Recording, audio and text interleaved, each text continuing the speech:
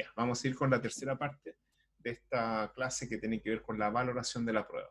Entonces, a ver,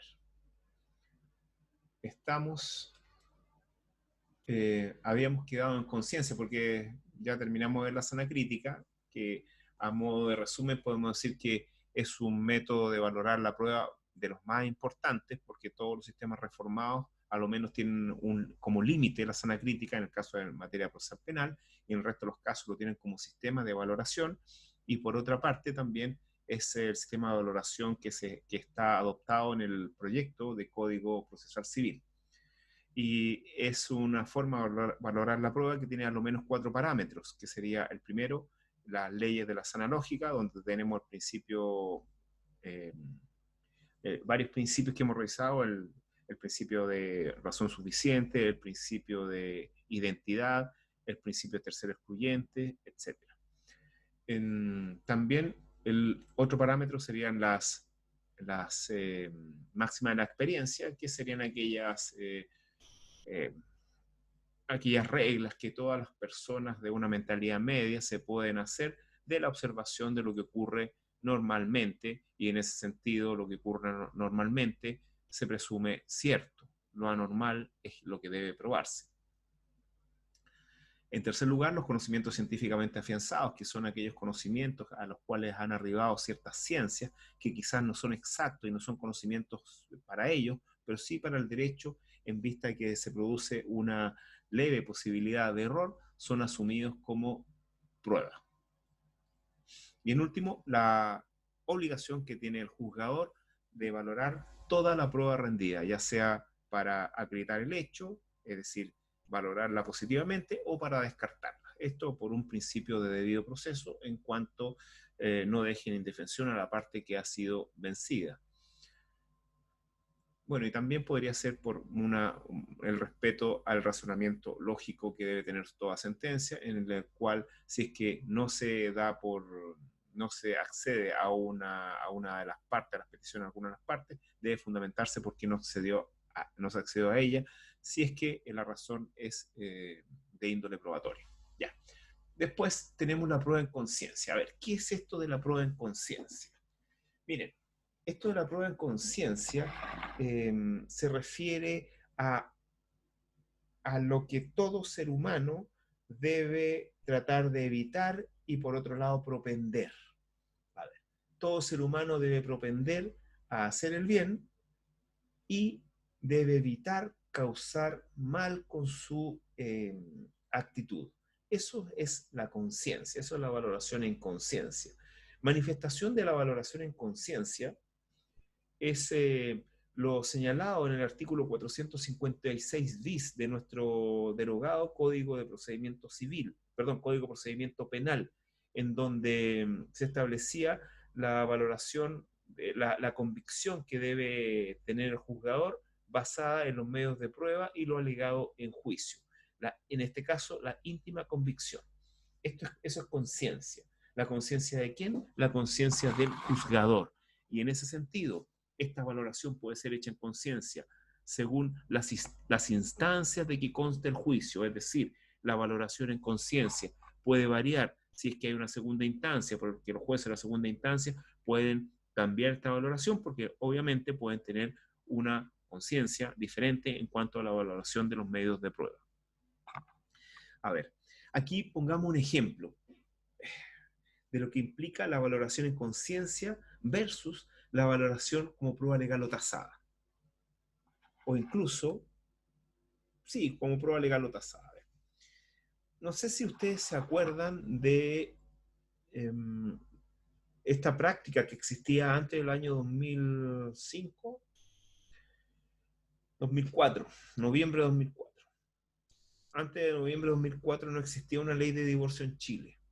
Por lo tanto, lo que hacían las personas para terminar con el vínculo matrimonial era declarar, o sea, pedirle a un tribunal civil que declarara la nulidad del vínculo basada en la incompetencia del oficial del registro civil. ¿Y cómo se obtenía esto? Esto se obtenía a través de una demanda de nulidad de matrimonio, en donde lo que se atacaba era la manifestación hecha por los dos testigos al momento de contraer matrimonio, en que estos dos testigos declaraban que al menos uno de los contrayentes vivía en el territorio en que tenía su competencia el oficial del registro civil que los casaba. Esto es muy sencillo. Entonces, ¿cómo operaba la nulidad matrimonial? Fácil, señalando que ninguno de los contrayentes tenía el domicilio en la comuna en donde fueron casados y por lo tanto tenía competencia el oficial del registro civil. ¿Y cómo se acreditaba esto? Bueno, se acreditaba mediante prueba.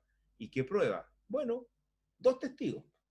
Esos dos testigos de la manifestación del, del, del matrimonio eran contradichos en juicio por 4 testigos, el doble de los testigos. Entonces, aplicando las reglas del 484, perdón, del 384 del Código de Procedimiento Civil y los jueces mirando para un lado, accedían a la nulidad matrimonial. Porque en estricto rigor, el mérito del proceso nos decía de que dos testigos que estaban sumamente informados de lo que había pasado, pesan más, perdón, 4 testigos que estaban sumamente informados de lo que había pasado, vertidos en un juicio, pesan más que los 2 testigos que fueron esos días al matrimonio, al acto matrimonial en el registro civil. Y así se obtenía la nulidad matrimonial. Fíjense, si aplicamos las reglas de la prueba tasada, yo digo, 4 testigos dieron razón de sus dichos, etcétera, etcétera, y el otro son 2 testigos nomás, que no dieron ninguna razón. Dijeron que sí nomás. Dijeron que sí vivían. Entonces tengo que creerle a los 4 testigos según las reglas que establece la ley. Y tengo que acceder a la nulidad matrimonial. Pero ¿qué pasaría si el juez valorara la prueba según las reglas en conciencia, según la valoración en conciencia? Podría decir, no, pues, yo como persona, como ser humano, como juez de carne y hueso, yo sé que estos 4 que están aquí declarando están todos mintiendo. Yo sé que los 2 testigos que declararon en la manifestación del matrimonio hace no sé cuál, el año que se casaron, ellos dicen la verdad. Entonces yo no tengo que dar no tendría que otorgar la nulidad matrimonial, porque en conciencia yo sé que ellos están mintiendo. Pero como juez, el mérito del proceso me dice otra cosa. Prueba legal o tasada, el mérito del proceso me dice otra cosa. Pero en conciencia me dice una cosa diferente. Ahí está la diferencia en conciencia y como prueba legal o tasada. Eso es en conciencia, es decir, ese sentido que todos tenemos de lo que debe ser internamente. Eso es la conciencia. Y ese era el grado de convicción o la forma de valorar la prueba que tenían los jueces en materia criminal antigua.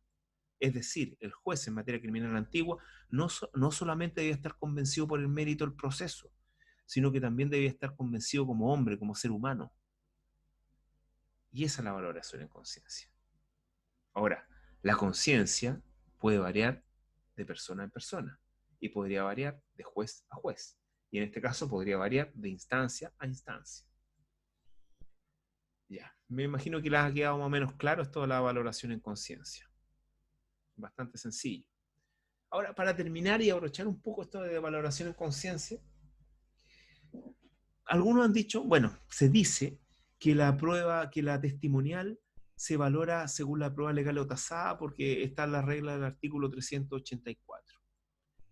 Pero como al final esto se deja a la valoración que puede hacer el juez internamente, sin darle ningún parámetro, uno podría decir que en definitiva la prueba testimonial se valora según en conciencia. O sea, al final se puede valorar conforme a la conciencia del juez, ¿sí? Es decir, una valoración en conciencia porque el juez no está atado a esos parámetros que le otorga el Código de Procedimiento Civil. Ese es mi último comentario. Ahora, de que los parámetros existen, pero el juez es libre de tomarlos o no tomarlos. Y si no los toma, obviamente no los va a tomar por una razón poderosa. Ya, y la libre convicción. A ver, si tienen alguna duda me interrumpen. Ya, vamos a la libre convicción. ¿Qué significa esto, libre convicción? Bueno, lo que la palabra dice, que el juez es libre para valorar la prueba que se rinde. Es decir, no tendría ningún parámetro para valorar la prueba que se rinde. Fíjense que desde el punto de vista histórico, pareciera ser que cuando se inició esto del proceso, esta forma de solución de conflicto de interés de relevancia jurídica denominada proceso, parece que se podría haber iniciado primero con una persona a la que acuden las partes en conflicto para que medie, para que lo abuene, para que le dé consejos para solucionar el conflicto. Pero después este tercero, por algún poder extraordinario que tuviere, por ejemplo, por ser el jefe de la tribu, por querer que haya orden y paz en la tribu y tener cierto poder, lo obligue a aceptar los consejos de solución que le ordena, que le ordena como jefe de la tribu. Y así podrían hacer la jurisdicción, el juez y el proceso. Ahora, en este estado de cosas, yo estoy seguro que no existía ninguna de estas formas de valorar la prueba, ninguna de estas, no existía ninguna de estas, pero esta sí, esta sí. Porque el juez, este tercero con poder, que no quería que existieran conflictos en, no sé, en el lugar donde él mandaba o donde era el superior, no tenía una atadura para valorar la prueba que le ofrecían las partes en conflicto. Pareciera que esta es la primera forma de valorar la prueba. Leí un poco para preparar esta clase y ya en el Código de Hammurabi, en el libro 9, en el párrafo 9, en el párrafo 9, perdón, en el libro 9, se hace evidente esta situación de que hay una valoración libre, en donde se indica, si uno que perdió algo lo encuentra en manos de otro, si aquel en cuya mano se encontró la cosa perdida dice, un vendedor me lo vendió y lo compré ante testigos, y si el dueño del objeto perdido dice, traeré testigos que reconozcan mi cosa perdida, el comprador llevará al vendedor que le vendió y los testigos de la venta, y el dueño de la cosa perdida llevará a los testigos que conozcan su objeto perdido. Los jueces examinarán sus palabras, es decir, los jueces verán si lo que dicen los testigos es cierto, y si lo que dicen los testigos es cierto,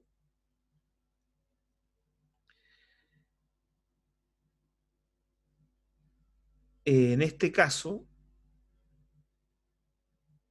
en este caso se va a acreditar que el vendedor es un ladrón, el vendedor será muerto, el dueño de la cosa perdida la recuperará y el comprador tomará la casa al vendedor y la plata que había pagado.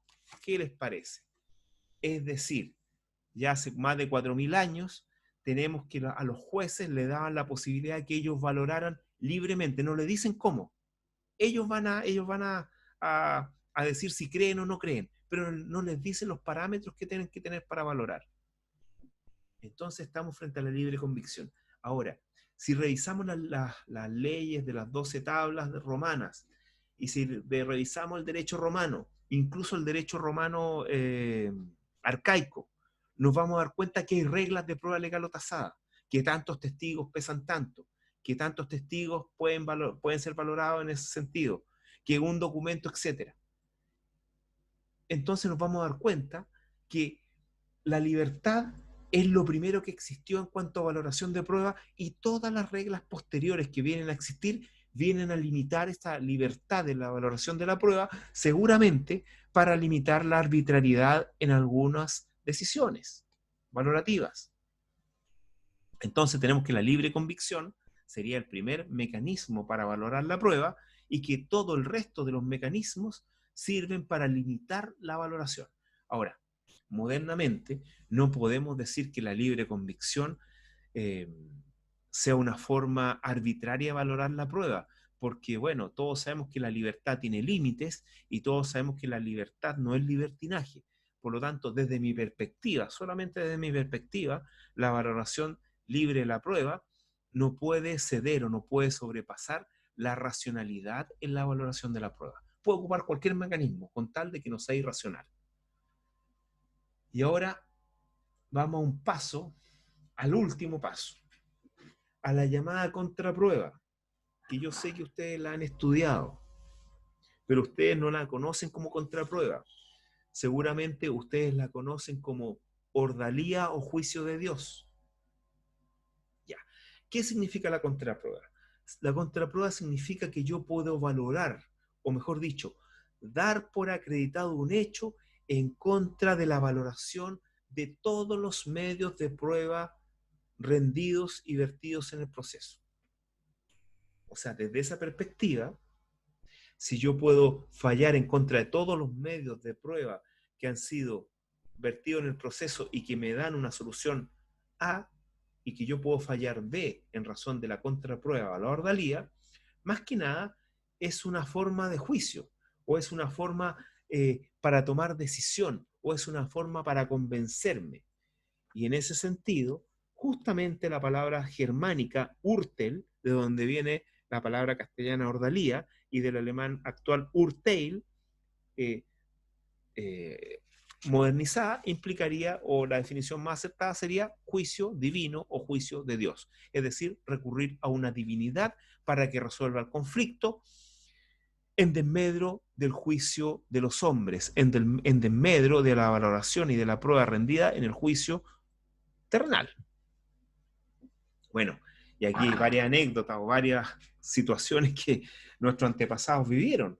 Hay muchas ordalías, por ejemplo, las ordalías más comunes son la de tomar fierros calientes, la de pasar la lengua por fierros calientes, e incluso en el antiguo Egipto existe una ordalía, o existió una ordalía en cuanto si una mujer era infiel, de pasar la lengua por una cuchara caliente, y si dentro de determinado tiempo no se producían ampollas, bueno, Dios había dicho que era inocente. O también en el caso eh,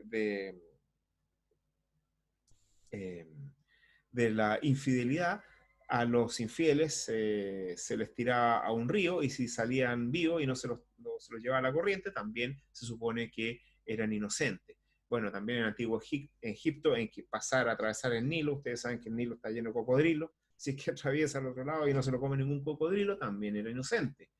El mismo caso tratándose del duelo en la Europa medieval, en que si se recurría al duelo también y ganaba, también era inocente, etc.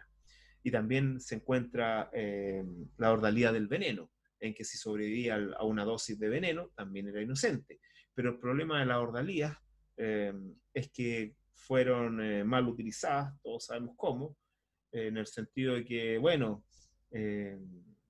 si el acusado era poderoso, tenía recursos, bueno, el que ejecutaba la ordalía quizá el fierro no estaba tan caliente, ¿eh?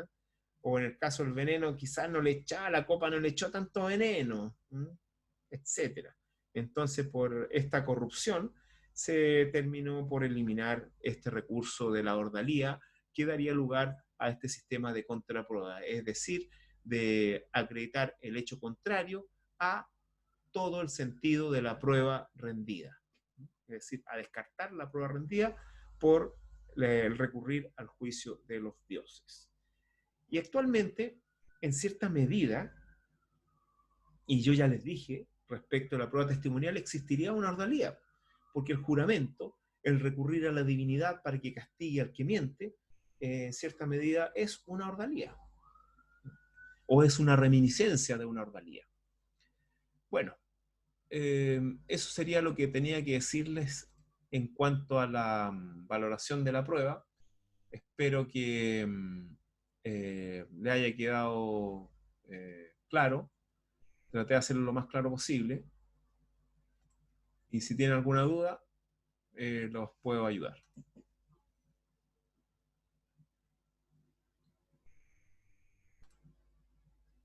¿No?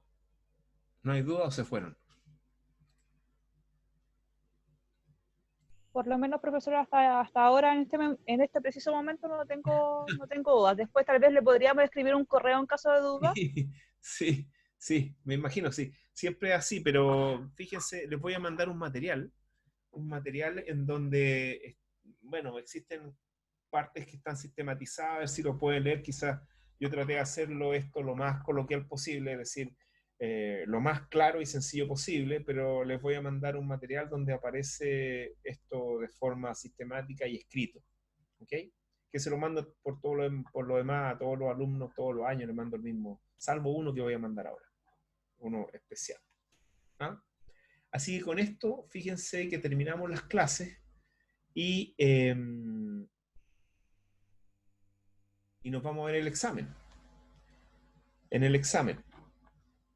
Y voy a hacer una clase más, pero la voy a grabar y la voy a subir a YouTube. ¿Ok?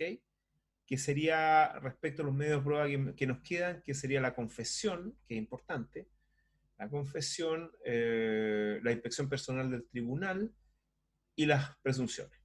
Y el juicio sumario. Que el juicio sumario en 10 minutos se lo despacho. Por lo demás, le subí un apunte respecto al juicio sumario. Así que eso sería. Estoy a su disposición a través del correo electrónico. ¿Ya? Así que con esto terminamos las clases y como les digo, cualquier duda que tengan me pueden escribir al correo electrónico. ¿Ok? Ok, gracias, profesor. Ya, que estén bien. Chao. Igualmente, hasta luego. Chao.